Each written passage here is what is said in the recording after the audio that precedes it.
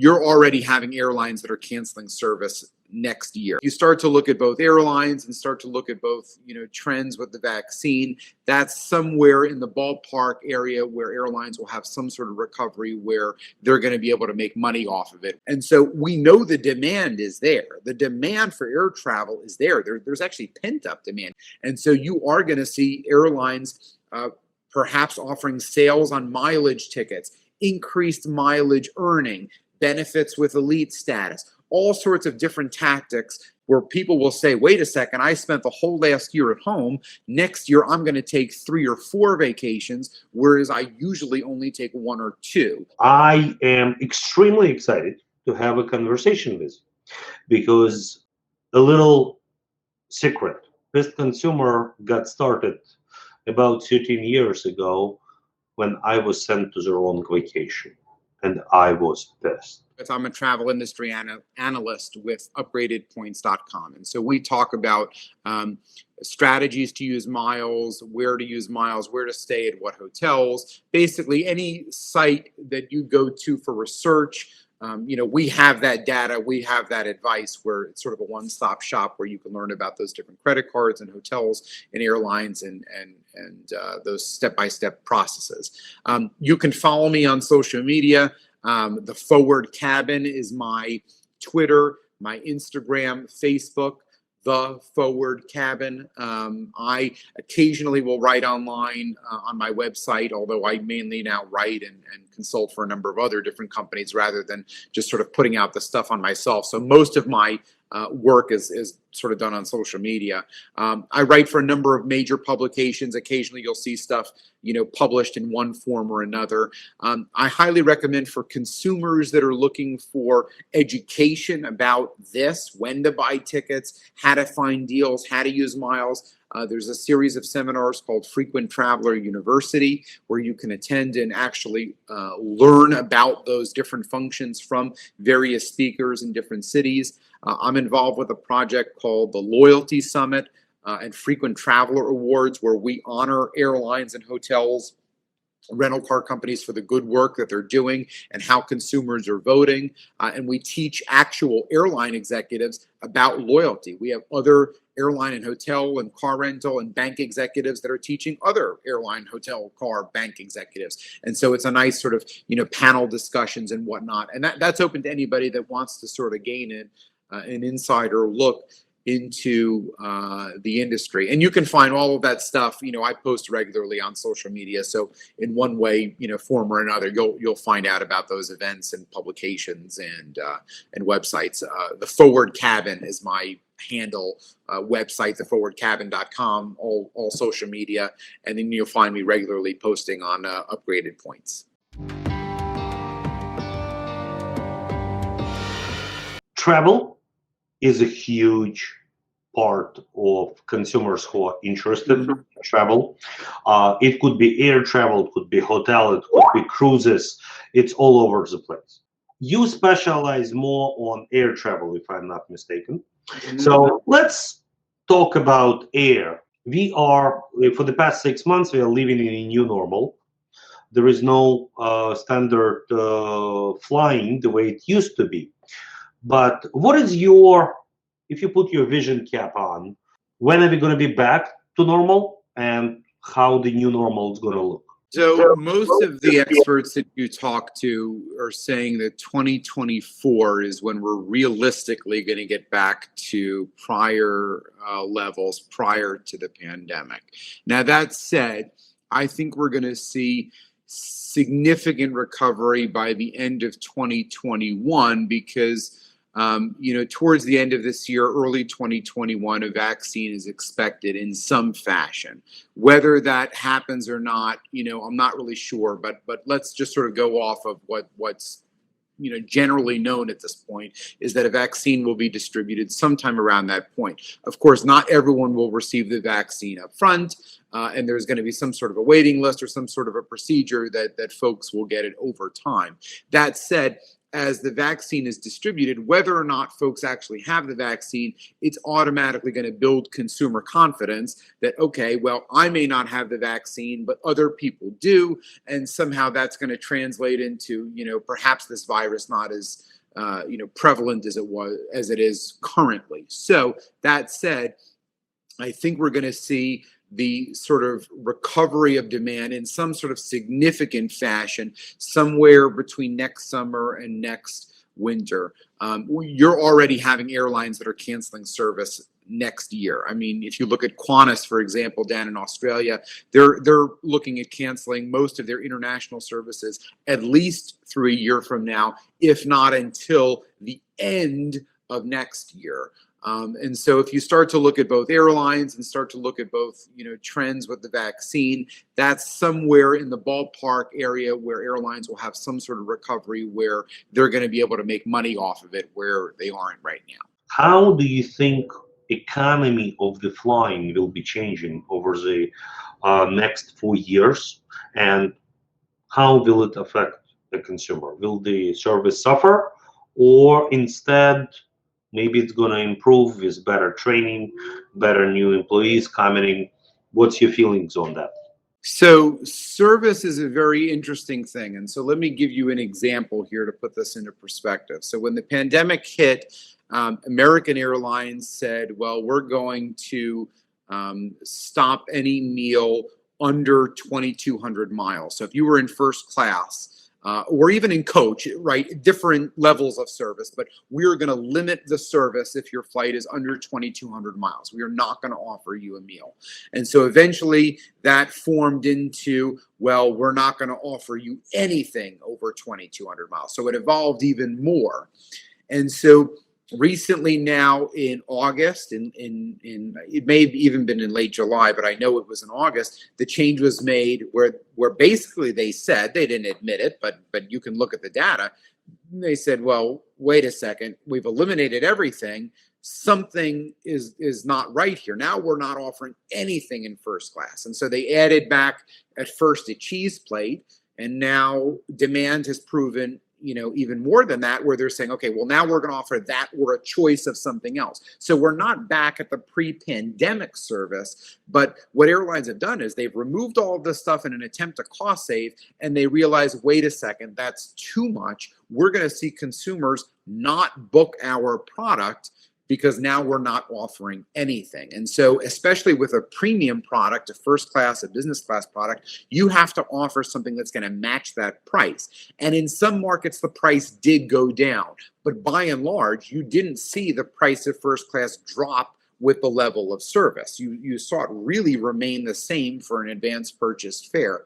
And so what we're going to see probably over the next several months is there's two things that are going to win back consumers into the airline industry, into flying. The first thing is a loyalty program. And I know loyalty doesn't necessarily deal with onboard service, but it does deal with the overall service of the airline. And so you are going to see airlines perhaps offering sales on mileage tickets, increased mileage earning, benefits with elite status, all sorts of different tactics to capture that loyalty market. As far as the onboard service market, I think we've seen airlines pretty much hit where their lows are going to be. And we've already seen pretty much off of every carrier. I don't think I can name a single carrier now that really has gutted everything and hasn't done something to bring back some sort of level of normalcy, whether that's bringing back some sort of beverage service, whether that's bringing back some sort of a meal service. The low was really in May, was really in April, was really in early June. And when we started to see that improvement in June as far as the number of COVID cases, right, we saw demand for airline travel increase. Well, unfortunately, that spike then caused a decrease. And so, before when it was in that low, we were seeing folks book tickets and the airlines were responding, oh my gosh, we've got consumers back. But then when that second spike hit, now we've kind of got a problem. And so we're slowly starting to see airlines add back more and more service. Whether we're going to get back to pre-pandemic levels, is a question to be seen here. There's the old Bob Crandall story, former CEO of American Airlines, where they removed an olive off of the salads and they saved, hundreds of thousands of dollars a year. We're going to probably see that initially. You're going to see elements of service that are going to be cheapened or lessened, and you can certainly see that on American Airlines in the story I referenced. It's not a plated meal; it's a packaged sandwich, and so quite a difference. We're going to see airlines experiment with what does it take to bring a consumer back? What does it take to make them feel comfortable in first and business class? What does it take to make them pay that fare, but us not provide that level of service? So will a passenger book first or business class and we can give them a sandwich versus giving them a plated meal? Are we going to lose any customers if we don't give the plated meal? And so I think it's going to be a lot of trial and error and find out where exactly is the line between gaining a customer back and paying for that service, paying for that meal, paying for that drink, whatever it might be that's going to get them back, versus not paying it and seeing where consumers book away. We've already started to see some of that even with in-flight entertainment prior to the pandemic. There's research that says that if there is no in-flight entertainment, people do book away to other carriers where there is a TV screen, where there is a movie being offered, despite the fact that folks have iPads and laptops and iPhones where they can watch their own thing. There is some book away. There's a book away effect where if there's a TV screen, somehow someone is more likely to book that flight. And so we're going to see that replicated with food, with service, with loyalty. Where I can get a sandwich, even if the flight is $100 more in price, maybe I will book that flight because there's some sort of a psychological reasoning, behind it. You speak a lot about US-based airlines. I myself travel more across Atlantic, and there is certainly less air traffic going through the Atlantic. What is the percentage of US-based flights? How low are we right now? Are we at 30% capacity operating, 50% capacity operating? Where are we right now? Yeah, so we're somewhere in the 30 to 40% range. United just came out this morning with a press release that said by November, they're going to be at 40% of their schedule pre-pandemic. So we're hovering somewhere in that 30 to 40% range. American was looking to operate, almost half their schedule this summer. But the fact is we had that second wave or whatever you want to call it. Perhaps it's not a second wave, but that increase in cases, which ruined that plan. And so we know the demand is there. The demand for air travel is there. There's actually pent up demand. We can see research that says people are booking for next year, or they're already searching for travel next year. What's hindering them? The dam is there with the cases, with the health environment. And so, I know this sounds easy. I know this is not something that's not obvious to everyone. If the pandemic wasn't there, we would have the demand. And so, as we start to creep towards this vaccine, the second it's released, I really do think there's going to be some sort of a floodgate that's going to open. Now, it's not going to be everyone by any means. It's certainly not going to be everyone because, as I mentioned before, we're looking at probably 2024 as a pre-pandemic recovery. But there will certainly be some sort of floodgate that's going to open where business travelers will see confidence, where consumers will see confidence. And so, where we're at 30% now, perhaps 40% by October, November, I think we can realistically get to 50% somewhere in the January, February timeframe. I don't think we're going to hit it earlier because traditionally December is a slow month as it is with the holiday season and business travelers not traveling. So even if we get to 40% by November, I think we're going to see a few months before we then hit that 50% mark, because you have to remember that it's going to dip anyways in December, and we've got to climb out of that natural dip that happens every year and recover, probably looking at end of January, February, maybe even into March. We'll probably be hopefully, somewhere in the 50 to 60% range.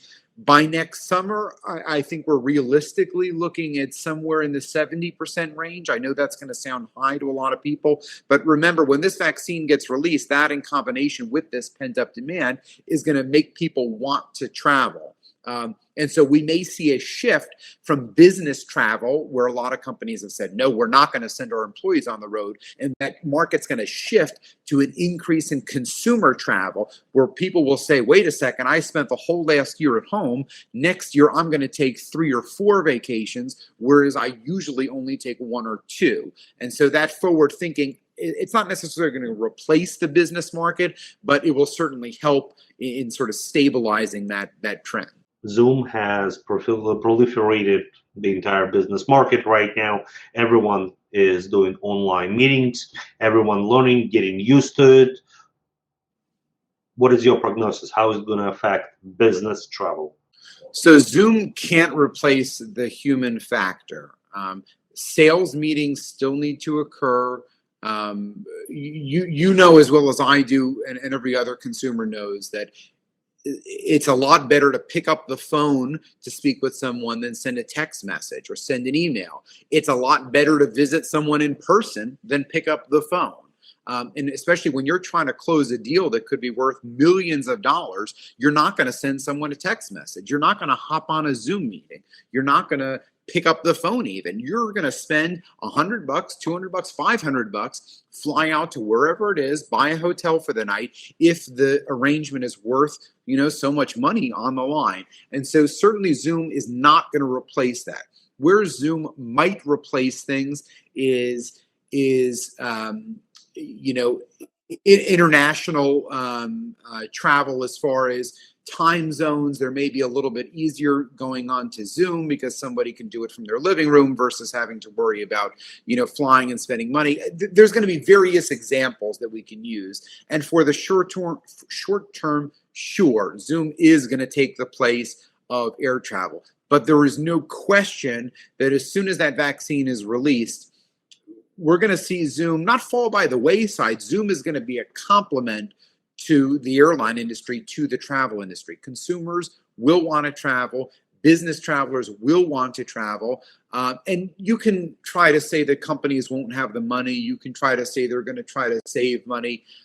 Ultimately, there's nothing like that human interaction. And there's been tons of studies.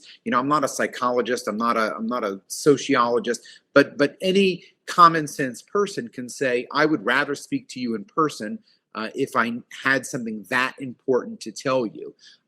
Where we may, sort of struggle is startups may not want to, go on travel because they're going to conserve money with Zoom.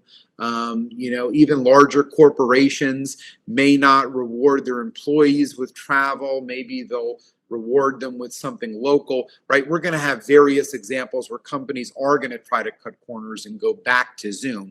But Zoom is not a replacement. GoToMeeting is not a replacement. Those are complements to the travel industry. Okay, tomorrow I'm going to see you in London. I'm going to fly to London. Let's hop on Zoom now so I can prepare for that meeting tomorrow.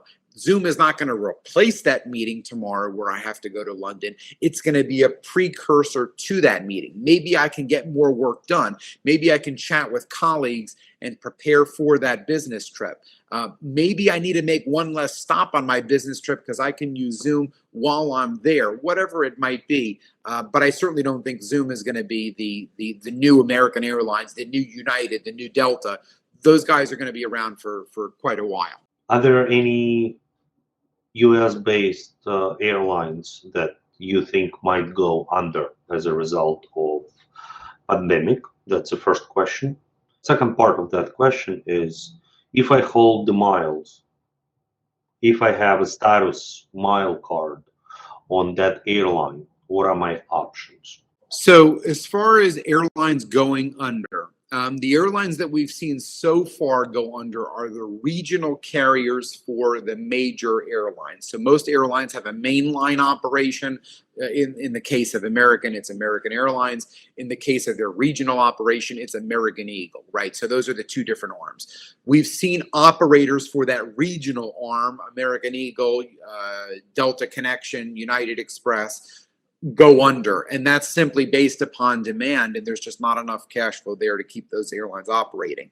And often when one airline pulls out, that may be the only airline that regional carrier has a contract with. So as far as airlines going under, those are the ones to be cautious of right now. We're not going to see a United go under. We're not going to see a Delta go under. We're not going to see an American go under. You have to remember that the airline industry has been in consolidation now for many, many years. Northwest has merged, Continental has merged, US Airways has merged. And so we're now down to these three huge airlines, American, United, Delta. We have Alaska in the mix, and certainly they're not someone to be ignored, especially with their progression into the One World Alliance. Southwest is certainly not someone to be ignored. Now, the cash flow is different on each of these airlines. Certain of these airlines have more debt than other airlines. They have more aircrafts that were on order, more aircrafts that need to be paid for. So certainly the debt structure is different, but I don't think we're going to have any go under to the point where they're just not going to exist anymore. Now, your question about miles and loyalty programs in relation to airlines that go under, consider those miles safe. When a airline values how much debt they have, how much value they have as an airline to ask creditors to fund them, they oftentimes will leverage the loyalty program. They will leverage the value of the miles. So even if an airline goes under, the value of those miles is still there because consumers still hold those mileage currencies. So the chance that you won't be able to use those currencies is very slim to none. Now, we can see, if you use the example of Virgin Australia, which was going through a reconsolidation process right now, restructuring process, many consumers were worried that Virgin Australia, their miles would not be able to be used. And we actually saw Virgin shut down several redemption options, several transfer partner options, several redemption options to buy products because they didn't want a run on the bank for consumers to spend these miles and then the airline have to purchase those goods and services that those miles were worth. So they basically artificially shut down that process of consumers sort of running to the bank. So the long story short is you don't have to worry about your miles going under because we've gone through so much consolidation at this point. We're left with the big guys. If someone does go under, chances are someone else will buy them out. Or there will be some sort of restructuring where those miles will then just move into whatever the new program is. Let me go back to what you explained about Virgin Australia. I need a little bit of clarification. So let's say I'm Virgin Australia often traveler. I have miles. Virgin Australia is in restructuring right now, and they shut down the program that would allow me to spend my miles. As a consumer, I would be terrified and would be upset about it. Are you saying that my miles are still safe and Virgin Australia doing it on purpose for me to keep the miles? So what they're doing is their cash flow is short. So they're going through a restructuring process where they need to conserve as much cash as possible. So what they've done is they've artificially shut down redemption options that would cost them money. Now, a consumer is not going to see this as pro-consumer. They're going to say, well, wait a second, I have these miles, I want to use them. Why are you not letting me use them? Well, we're not letting you use them because we need to conserve that cash for the airline to be able to survive into next year. And once we survive into next year, we have new creditors, we have new owners, then your miles will be worth more because now you can use them on more things as we expand whatever that operation is. Of course, consumers don't realize that, and consumers don't care, frankly, right? They have miles, they want to be able to use them no matter what. And so the general recommendation is that when you have airline mile currencies, you are never saving them. This is not an investment bank. Your airline miles don't get any more valuable over time. In fact, they always lose value, almost always lose value over time. And so if you are holding miles, use them. If you suspect that an airline is going under, why are you hoarding millions of miles? You should have already used them over the past number of years. And so the preference is that if you're going to have a credit card that's going to earn miles, have a credit card that's going to earn transferable miles, miles that are not stuck in one airline, miles that are stuck within a conglomerate like American Express or Chase or any one of these companies that you can say, okay, I want to transfer to British Airways, I want to transfer to Delta, I want to transfer to Singapore. And so you still hold the miles until you're ready to transfer and you're not locked in to anything. So that's kind of the preferred strategy. Of course, if you do have airline miles in a particular program, it's just one of those things where you have to learn you're not investing here, you're not going to get any more value, use the miles. What value do you think PissedConsumer offers consumers in relationship to the airline? Is there a value that airlines can draw from the content that consumers are writing about them online? What you'll see is that many times consumers won't vent directly to the airline. I'm not going to write United, I'm not going to write Delta about my bad experience. I'm going to go vent online somewhere else. I'm going to vent to Facebook. I'm going to vent to Twitter. I'm going to vent to a site like yours, PissedConsumer. Right? Those are the outlets. We want to get our story out. Sometimes people don't necessarily want to tell the story back to the airline because we know we're going to get a canned response. We know we're going to get 2,000 miles and have a nice day. But we want the world to understand. Wait a second, they charged me for something. They didn't refund me for something. There was a bad level of service. And so this is where airlines can learn. And we've seen over the past several years, airlines have been such good stewards of social media. They have increased their staffing in social media departments. They've created task forces, brand protection units, all sorts of different facets to their airlines to monitor and respond to social media. People that monitor Facebook, people that monitor Twitter, they're looking for trends, they're looking for certain keywords, they're looking for messages that are being sent because they know that stuff can go viral. And so we know that there's dedicated team members from pretty much every airline that monitors forums, that monitors websites, that monitors any place where a consumer is likely to post something, because not only do we want to address those concerns, but from an airline standpoint, we want to prevent those concerns from getting out because we don't want it to become viral. We don't want that to get to the news. We don't want other people piling on and traffic to build. And so we know those team members exist amongst pretty much every legacy airline. And so with a site like PissedConsumer, you're likely to develop almost a relationship with the airline because consumers are going to go to you to vent. They've got a problem. They want to make it known. They want to tell the world.